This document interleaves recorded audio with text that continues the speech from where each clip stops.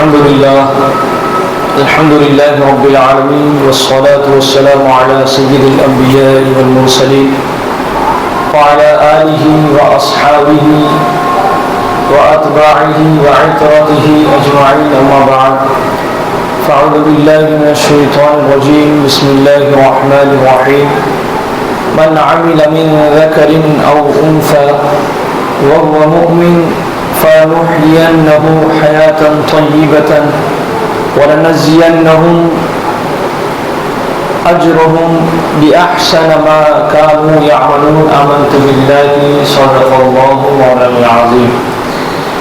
آئیے ہمارا اپنے ساری کائنات کے مرکز عقیدت قبلہ اطاعت کعبہ انقیاد سبل السلام مرشد اعظم یتیموں کے چارگر معلم کائنات خلد نظارہ شہر حافظ جان تمنا ارواح نافدہ صلی اللہ تعالی علیہ وسلم کی مقدس بارگاہ میں اپنی عقیدت و محبت کا خراج ان الفاظ میں پیش کرتے ہیں جس طریقے سے پڑھا میرے ساتھ مل کر پڑھیں. الصلاۃ والسلام علیک یا رسول اللہ، الصلاۃ والسلام علیک یا حبیب اللہ،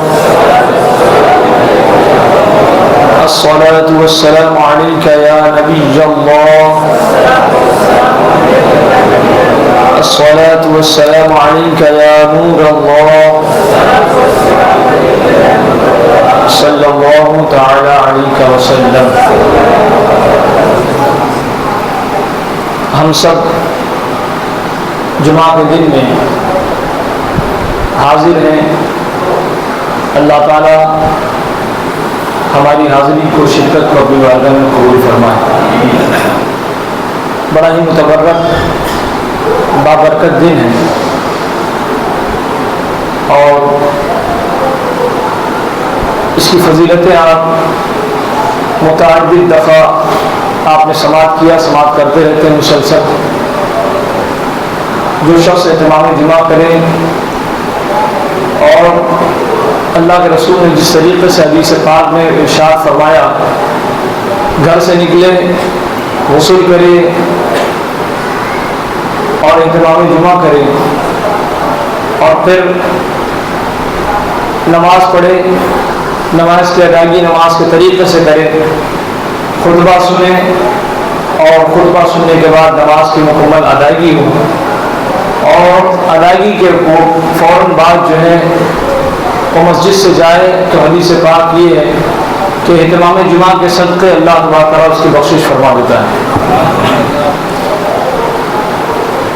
تو ہمارے لیے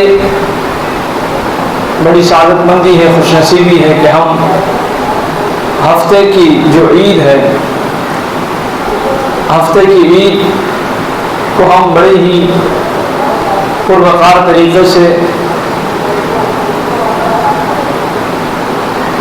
ہم روحانیت کو محسوس کرتے ہوئے اس متبرک یوم جمعہ کو مناتے ہیں. اس کی بڑی تاریخ رہی ہے. پہلے جمعہ کا دن نہیں تھا، یہود و نصارہ مسلمانوں کو پوچھتے تھے کہ تمہارے پاس کیا ہے. زمانہ جاہلیت میں یہود و نصارہ کے اپنے اپنے دن متعین تھے. کسی کا سنیچر تھا، کسی کا اتوار تھا، کسی کا یوم السبت تھا سنیچر کا دن اور کسی کا یوم احد تھا، یوم الاحد اتوار کا دن مقدس تھا. سب اسی میں جو کچھ کرنا تھا وہ عبادتیں کرتے تھے. اس دن وہ اپنے آپ کو فری رکھتے تھے، تمام کاموں سے اپنے آپ کو فری رکھتے تھے، فارغ رکھتے تھے اور اہتمام کرتے تھے دعاؤں کا یا اپنے جو بھی ان کے مذہبی لحاظ سے جو کچھ بھی انہیں کرنا تھا وہ یہ تمام کام سنیچر اور اتوار کے روز کرتے تھے. تو یہ قربان جائیے کہ اللہ تعالیٰ نے حضور علیہ السلام کے وسیلے سے ان کے صدقے میں مسلمانوں کو جمعہ کے دن کا تحفہ عطا فرما دیا اور ہمارے لیے یہ دن جو ہے عام دنوں کی طرح نہیں بلکہ سید الایام ہے، تمام دنوں کا سردار قرار دیا گیا. یہاں تک کہ یوم جمعہ کو عید کا دن کہا. اور بعض حدیث پاک کے پڑھنے سے یہ بات بھی پتہ چلتی ہے کہ یوم الجمعہ حج الفقراء والمساکین، یہ تو فقراء اور مساکین کا حج ہے. اور بعض روایتوں نے اسے عید کا دن قرار دیا. عید کے دن آدمی کیا کرتا ہے؟ اللہ تبارک و تعالیٰ عید کے دن کے اس تصور کو یہاں پر پیش کرنا چاہتا ہے اور یہ بتلانا چاہتا ہے کہ جس دن عید کا دن ہم کیسے مناتے ہیں اسی طریقے سے جمعہ کے دن کو منانا چاہیے. اور بڑی فضیلت ہے جمعہ کے دن کی. آپ لوگوں کی دعاؤں سے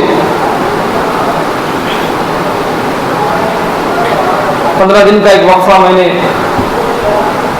عمرے کے سفر پر گزارا. وہاں پر مسجد جمعہ بھی دیکھی، وہ مسجد جہاں پر اسلام کا پہلا جمعہ جو ہے قائم کیا گیا.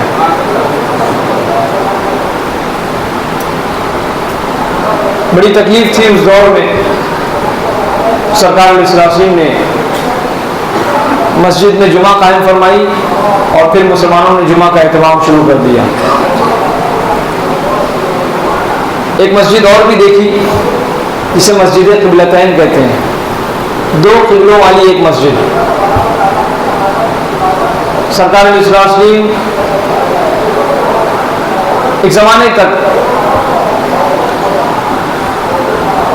مسجد اقصی جو مسلمانوں کا پہلا قبلہ رہا ہے اس قبلے کی طرف رخ کر کے نماز پڑھا کرتے تھے. دل میں تمنا تھی کہ کاش کہ اللہ کا حرم کعبۃ اللہ مسلمانوں کا قبلہ بن جائے. دل میں تمنا تھی اور اللہ تعالیٰ بہتر جانتا تھا. یہ تمنا حضور کے دل میں پیدا ہوئی لیکن کبھی زبان سے آپ نے جو ہے یہ کہا نہیں رب کی بارگاہ میں. دل میں خواہش تھی کہ ایسا ہوتا کہ مسلمانوں کا قبلہ وہ نہیں بلکہ یہ کعبۃ اللہ بن جاتا، اللہ کا گھر بن جاتا تو کیا ہی خوب تھا. غالباً عصر کی نماز پڑھ رہے تھے، حضور علیہ السلام امامت فرما رہے تھے اور عصر کی نماز میں ہی حکم نازل ہوا کہ محبوب تمہاری جو خواہش تھی وہ پوری ہو گئی اور اب ہم قبلے کی تحویل کا حکم دیتے ہیں. اور مسلمانوں کا قبلہ تبدیل ہو گیا. تو وہ پہلی صف آخری ہو گئی اور آخری صف پہلی ہو گئی. اس کی پوزیشن ایسی تھی. تو وہ جو قبلہ ہے وہ پرانا قبلہ، اس کے نقوش ابھی بھی باقی ہیں، اس کے آثار جاتے ہیں دیکھتے ہیں منظر، تو وہ نقوش باقی ہیں، وہ نقش باقی ہے ابھی بھی کہ پہلے قبلہ کس سمت تھا، کس طرف تھا اور ابھی قبلہ کس طرف ہے. مسجد قبلتین ہیں، لوگ جاتے ہیں اور 1400 سال جو ہماری پرانی روایت ہے اس کو تازہ کرتے ہیں، روحانیت محسوس کرتے ہیں، دعائیں کرتے ہیں، نماز پڑھتے ہیں. کبھی سرکار بھی اس میں جلوہ گر تھے صحابہ کے ساتھ جو حضور کے زمانے میں تھے. ان کی بات ہی نرالی ہے، کیا نصیبیں ہیں تیرے یاروں کے، جان و دل تن من سب واروں، کیا نصیبیں ہیں تیرے یاروں کے. جو حضور کے زمانے میں تھے ان کا نصیب کیا نصیب تھا. پھر مسجد قباء ہے. مسجد قباء اسلام کی عظیم مسجد ہے، وہ بھی تاریخی حیثیت ہے، اس کی تاریخی روایت ہے. سرکار علیہ الصلوۃ والتسلیم ہر سنیچر کو چاہے پیدل اور چاہے سواری سے سرکار مسجد قباء تشریف لاتے تھے. معمول تھا اور صحابہ بھی اس معمول کو برقرار رکھتے ہوئے اس پر عمل کرتے تھے. حدیث پاک صحابہ نے اللہ کے رسول کی بارگاہ میں پیش کیا کہ مکہ جانا اور کعبۃ اللہ کا طواف، تمام چیزیں بڑی دشواریوں کے ساتھ ہمیں طے کرنا ہوگا، بڑی دشواریاں ہوں گی. سرکار کچھ ایسا بھی ہو ہم پر کرم نوازی کے ہم وہاں نہ بھی پہنچیں تو کچھ ہمارے لیے کچھ انعام ہو جائے. حدیث پاک میں سرکار نے فرمایا کہ من تطہر من بیتہ، سرکار فرماتے ہیں کہ جو اپنے گھر سے طیب و طاہر ہو کر نکلا، صاف ستھرا ہو کر نکلا، وضو وغیرہ غسل کا اہتمام کیا، وضو کیا اور پھر مسجد قباء آیا اور 2 رکعت نماز پڑھی، اللہ تبارک و تعالیٰ اس سے مقبول عمرے کا ثواب عطا فرمائے گا. مقبول یعنی ایک عمرہ وہ ہے جو آدمی کرتا ہے ارکان کے ساتھ، طواف کرتا ہے، صفا احرام کے ساتھ طواف کرتا ہے، صفا مروہ کا کی دوڑ لگاتا ہے، سعی کرتا ہے اور آخر تک وہ احرام کی حالت میں انہی شرائط انہی کنڈیشن کے ساتھ رہتا ہے کہ اگر احرام کے قاعدے قانون کے خلاف اگر کوئی خلاف ورزی کی تو اس پر شرعی طور پر گرفت ہوگی اور اس پر کفارے اور دیت و دم لازم ہوگا، خون بہا دینا ہوگا. تو یہ احرام کی حالت ہے. لیکن حالت احرام کے بغیر اللہ تبارک و تعالیٰ کے حکم کے مطابق سرکار علیہ السلام نے صحابہ کو یہ معجزہ نافذہ سنایا کہ تمہیں اس کی بھی ضرورت نہیں ہے، تم مسجد قباء آ جایا کرو، 2 رکعت نماز نفل ادا کر لیا کرو اپنی بارگاہ میں، اللہ تعالیٰ تمہیں مقبول عمرے کا ثواب عطا فرمائے گا. تو اس روایت کو باقی رکھتے ہوئے اہل عرب بھی آج بھی مسجد قباء میں پہنچتے ہیں اور یہ سعادت سمجھتے ہیں کہ وہاں جائیں اور وہاں جا کر کم سے کم نمازیں ادا کریں. یہ سب جگہ الحمدللہ آپ کی دعاؤں سے مجھے بھی جانے کا شرف ملا اور شرف کو محسوس کرتے کرتے اس چیز کو میں محسوس کر کے جو ہے وہاں پر پہنچا. بہت اچھا، یعنی آپ وہاں جائیں گے تو گم ہو جائیں گے. وہ زمین ہی معجزات کی زمین ہے، مبارک زمین ہے. اور سرکار علیہ السلام نے جب مدینہ پاک تشریف نہیں لائے تھے، مکے میں تھے، مکے سے پھر مدینہ تشریف لائے تو مدینہ پاک کو لوگ یثرب کہتے تھے، بعض روایت میں یثرب کہتے تھے اور بعض روایت میں یثرب. اس کا مطلب ہے بیماریوں کا شہر، بیماریوں کا گھر. سرکار کو یہ بالکل ناپسند آیا. سرکار نے فرمایا کہ جب یثرب تھا تو تھا، اب یہ مدینہ طیبہ ہے. بلند آواز سے بولیں، اب یہ مدینہ طیبہ ہے اور یہ بیماریوں کا گھر نہیں، بیماریوں کا شہر نہیں، بلکہ بیماری ختم کرنے والا شہر ہو گیا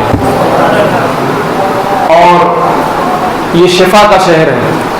ایک مقام پر ہم لوگوں نے جانا ہوا، دیکھنا ہوا کہ بڑا میدان ہے اس وقت. وہ لوگ شاید ہو سکتا ہے وہاں کے لوگ قدر نہ کریں، لیکن ہمارے لیے بڑے احترام اور قدر کی جگہ ہے. اسے حضور علیہ السلام نے کئی بار، متعدد بار صحابہ کرام کو جب زخم ہو جاتا، کوئی چوٹ لگ جاتی تو سرکار علیہ السلام وہاں کی مٹی اٹھاتے اور صحابہ کو لگا دیتے، شفا پا جاتے ہیں، شفا مل جاتا. اسے خاک شفا کے نام سے لوگ جانتے ہیں. ادب تو یہ ہے کہ وہاں سے کچھ نہیں اٹھانا چاہیے، لیکن لوگ اٹھاتے ہیں اور کچھ نہ کچھ لے لیتے ہیں، کیونکہ یہ بھی اب وہاں کی حکومت ہے، وہ پابندیاں لگائی ہوئی ہیں تو ان کی پابندی کا ہم کو بھی لحاظ کرنا چاہیے. کچھ لوگ جو ہے مٹی وغیرہ لے لیتے ہیں یا وہ چیزیں لے لیتے ہیں، حاصل کر لیتے ہیں جو نہیں کرنا چاہیے، تو یہ بھی چوری ہے، بچنا چاہیے اس سے. وہ نہیں چاہتے، آپ کیوں لے رہے ہیں اسے. بہرحال تو خاک شفا بھی دیکھنے کا موقع ملا کہ شفا والی خاک ہے. وہ سرکار مریضوں کو لگا دیتے تو شفا پا جاتے تھے. ایک مسجد ہے اور وہ حرم سے ہی قریب ہے، مسجد نبوی سے قریب ہے، جسے مسجد غمامہ کہتے ہیں. ہم نے تاریخ میں سنی ہے، واقعات سنتے رہتے ہیں، لیکن جب جائیں گے اور دیکھیں گے تو محسوس کریں گے۔ مسجد غمامہ کہتے ہیں یعنی بادل والی مسجد، بادل والی مسجد۔ صحابہ کرام کا زمانہ تھا اور کئی دنوں سے بارش نہیں ہوئی، بڑی دقت و دشواری کا سامنا کرنا پڑ رہا تھا، اور مکے والوں پر، مدینے والوں پر یہ چیزیں بڑی گرا گزر رہی تھی کہ بارش نہیں ہوگی تو ہمارا کیا ہوگا۔ سرکار کی بارگاہ میں تشریف لائے، سرکار مسجد غمامہ میں تشریف فرما تھے، حکم دیا، صحابہ نے اللہ کے رسول کی بارگاہ میں عرض کی، عرض گزار ہوئے، عرضی پیش کی، یا رسول اللہ بارش نہیں ہے اور ہم بارش کے متمنی ہیں۔ اللہ کے رسول نے ہاتھ اٹھائی، دعا کی اور بارش شروع ہو گئی۔ بلند آواز سے بولیں، بارش شروع ہو گئی، اور بارش کا یہ حال ہوا کہ بارش ہوتی ہوتی ہوتی، جمعہ کا دن تھا، وہ اس قدر بارش ہوئی کہ آئندہ جمعہ ہو گیا، اور اتنی بارش ہو گئی کہ اہل مدینہ پریشان کہ ابھی یہ بارش جتنی چاہیے تھی اس سے کئی زیادہ ہو چکی ہے، ضرورت سے زیادہ بارش ہو گئی، اب کیا ہوگا، سیلاب سے صورتحال پیدا ہو جائے گی۔ پھر اللہ کے رسول کی بارگاہ میں آئے، کہ رسول اللہ بارش بہت ہو گئی ہے۔ تو پھر اللہ کے رسول نے فرمایا کہ اللہم لا علینا ولا حوالينا، پروردگار یہ اہل مدینہ کے لیے بارش کافی ہے، اب جو ہے اہل مدینہ یعنی مدینے کے ارد گرد بارش کی ضرورت ہے۔ تو حکم خداوندی کے اللہ کے رسول نے دعا فرمائی، اور پھر مدینے کے آس پاس میں بارش شروع ہو گئی۔ تو وہ بادل والی مسجد ہے، مطلب مسجد غمامہ، جہاں پر سرکار نے دعا فرمائی اور بارش ہو گئی، تو وہ بھی وہاں پر موجود ہے۔ بڑی کرامتوں والی جگہ ہے۔ اللہ تعالیٰ زندگی میں ہر کسی کو یہ موقع میسر فرمائے کہ سب وہاں جائیں اور اس پاکیزہ دیار کا، دونوں حرمین شریفین، ایک اللہ کا گھر ہے، ایک رسول اللہ کا گھر ہے، ہاں، ایک اللہ کا گھر ہے، ایک رسول اللہ کا در ہے، اور دونوں ہمارے لیے ذریعہ نجات ہے۔ دونوں کا دیدار مومن کی معراج ہے۔ ایک جگہ آپ نماز پڑھیں گے یعنی خانہ کعبہ میں، حرم خانہ خدا میں، خانہ کعبہ میں، بیت اللہ میں، تو حدیث پاک میں ہے کہ 1,00,000 نماز پڑھنے کا ثواب ملے گا۔ کتنا؟ 1,00,000۔ اور مسجد نبوی میں کوئی شخص ایک نماز پڑھے گا تو اسے 50,000 نماز پڑھنے کا ثواب ملے گا۔ تو دنیا کی بہت ساری مسجدیں ہیں، ہم اپنی مسجد میں نماز تو پڑھتے ہیں، اور پڑھنا ہی چاہیے، نماز تو پڑھنا چاہیے، نماز سے کسی کی چھٹی نہیں ہے، نماز تو پڑھنی ہے، چاہے یہاں رہیں، چاہے مدینہ پاک میں رہیں، چاہے مکے میں رہیں، نماز تو بہر عالم کو پڑھنی ہے۔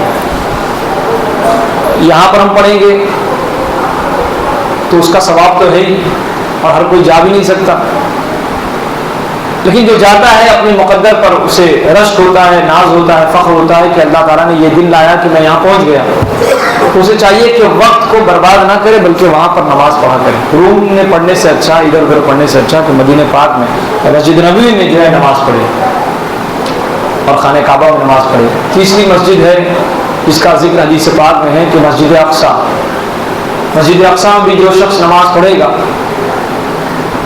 تو حدیث پاک میں ہے کہ اللہ تبارک تعالیٰ اسے 50,000 نماز پڑھنے کا ثواب عطا فرمائے گا۔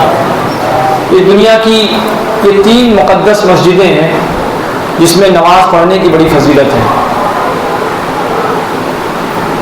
تو مسجد نبوی ہے، ہر صبح ہر شام فرشتے آتے ہیں، اور 1-2 نہیں بلکہ 70,000 فرشتے آتے ہیں، اور پھر 70,000 فرشتے جو ایک بار آ گئے پھر قیامت تک نہیں آئیں گے۔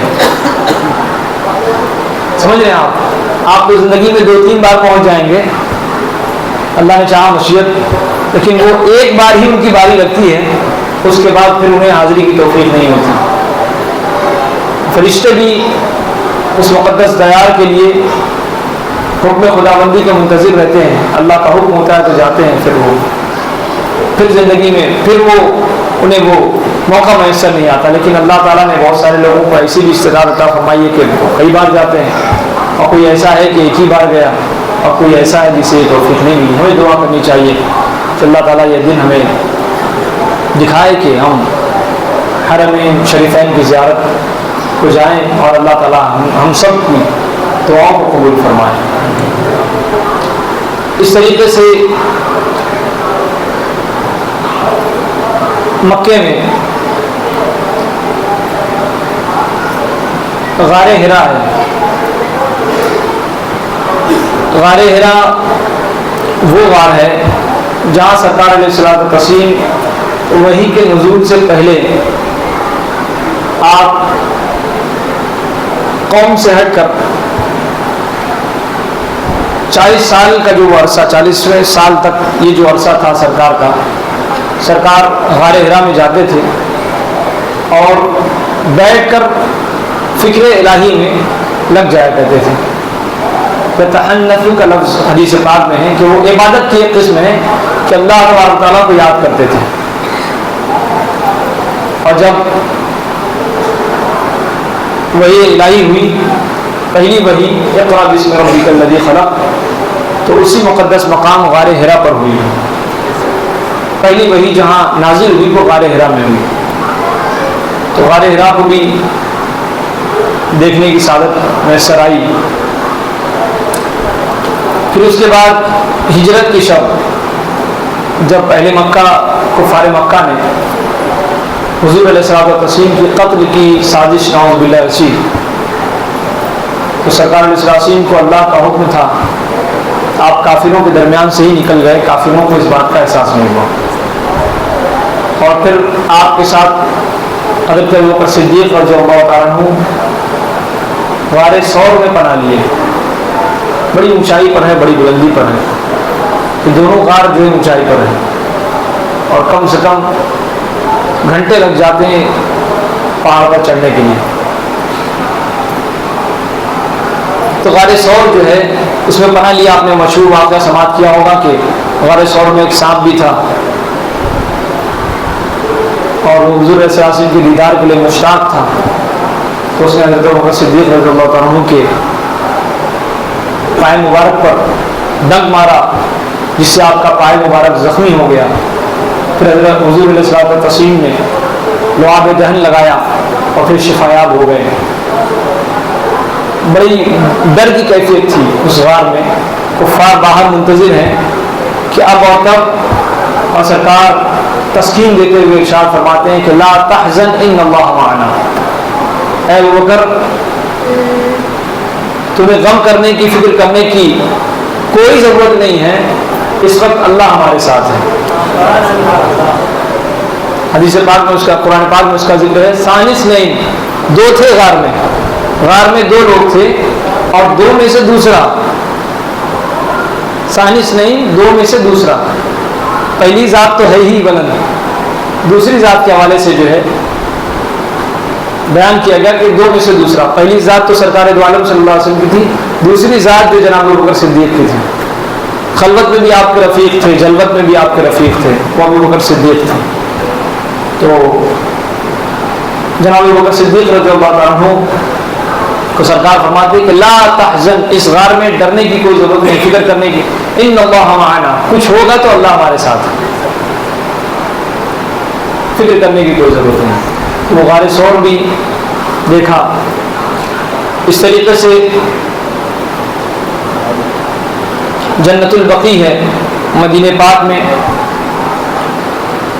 جہاں کئی سارے صحابہ کرام زیر زمین مدفون ہیں۔ بڑی متبرک بابرکت زمین ہے وہ جنت البقیع۔ جو شخص وہاں پر انتقال کر جائے اور اللہ تعالیٰ ایسی موت دے، جنت البقیع میں صحابہ کے جوار میں، ان کے پڑوس میں جسے جگہ مل جائے، تو یہ اس کے لیے سعادت مندی ہوگی۔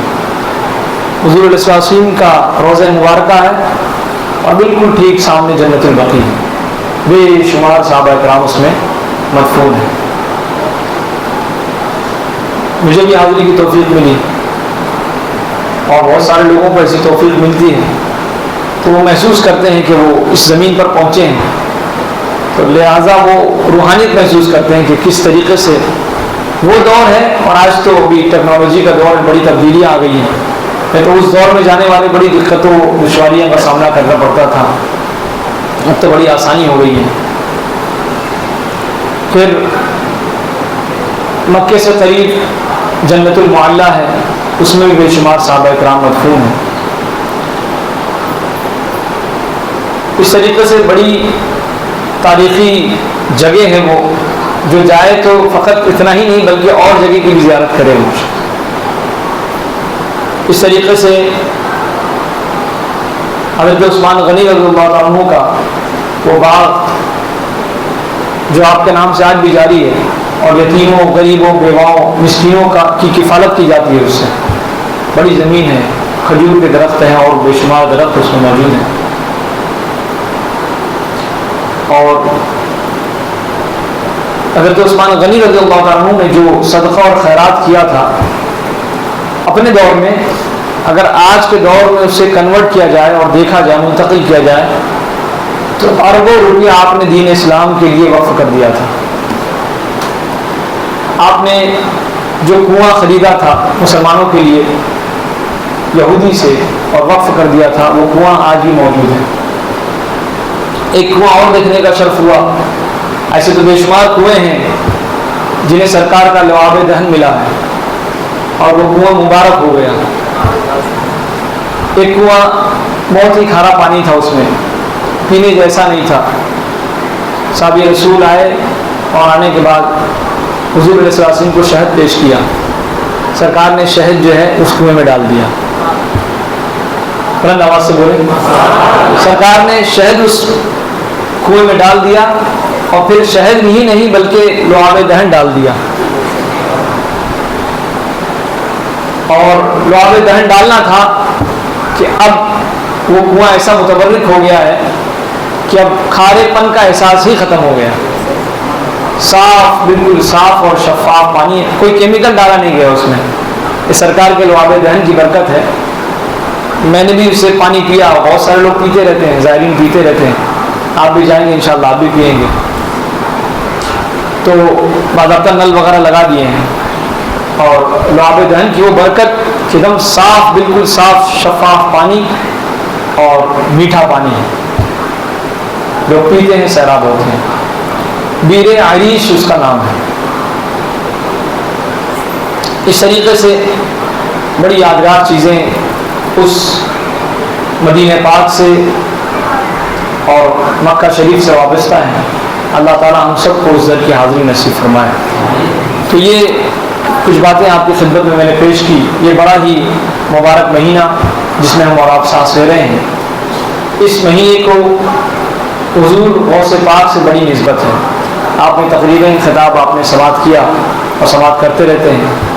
اپنے دور کے ولی کامل، عظیم قطب، عالم ربانی، مفتی اعظم وقت، اس طریقے سے بے شمار عہدے پر آپ فائز تھے۔ ایک ولی با کمال ہونے کے ساتھ ساتھ آپ ایک عالم نبیل تھے، فاضل جلیل تھے، مفتی اعظم وقت تھے، اور عوام کی فلاح و بہبودی کی خاطر آپ کام کرتے تھے، دین متین کے جہاں پر شریعت کی نظر میں لوگوں کی آپ رہنمائی فرماتے تھے، وہیں پر آپ بہترین خدمت گزار بھی تھے۔ بے شمار کرامتیں آپ سے سرزد ہوئی۔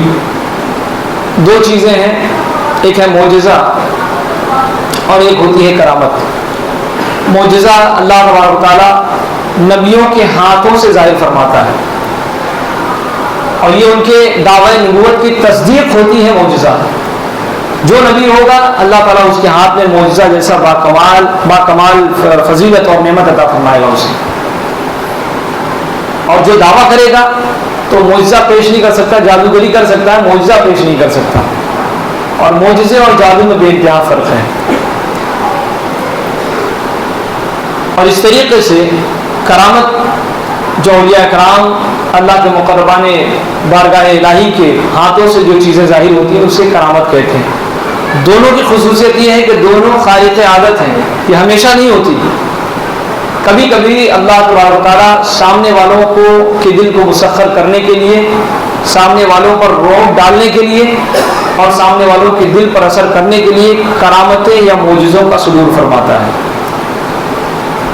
حضور غوث اعظم کی بڑی کرامتیں ہیں، بے شمار کرامتیں ہیں۔ یہی کرامت بہت ہے کہ وہ اللہ کے کامل بندے تھے، بندہ مومن تھے، اور جو کہہ دیتے تھے وہ ہو جاتا تھا، جو کہہ دیتے تھے وہ ہو جاتا تھا۔ نظروں سے لوگوں کو جام عشق محبت پلایا کرتے تھے لوگوں کو، اور بے شمار لوگ آپ کی مجلس سے استفادہ کیا کرتے تھے، عوام تو عوام، خاص لوگ بھی آپ کی مجلس میں آیا کرتے تھے۔ بڑی عظیم شخصیت تھی۔ آپ نے بعض روایتوں میں ہے کہ 30 سال، بعض میں ہے 40 سال آپ نے حصول علم کے لیے اپنے آپ کو وقف کر دیا۔ 25 سال تک آپ بیابان صحرا جنگلات میں رہے اور ذکر الہی کیا کرتے رہے۔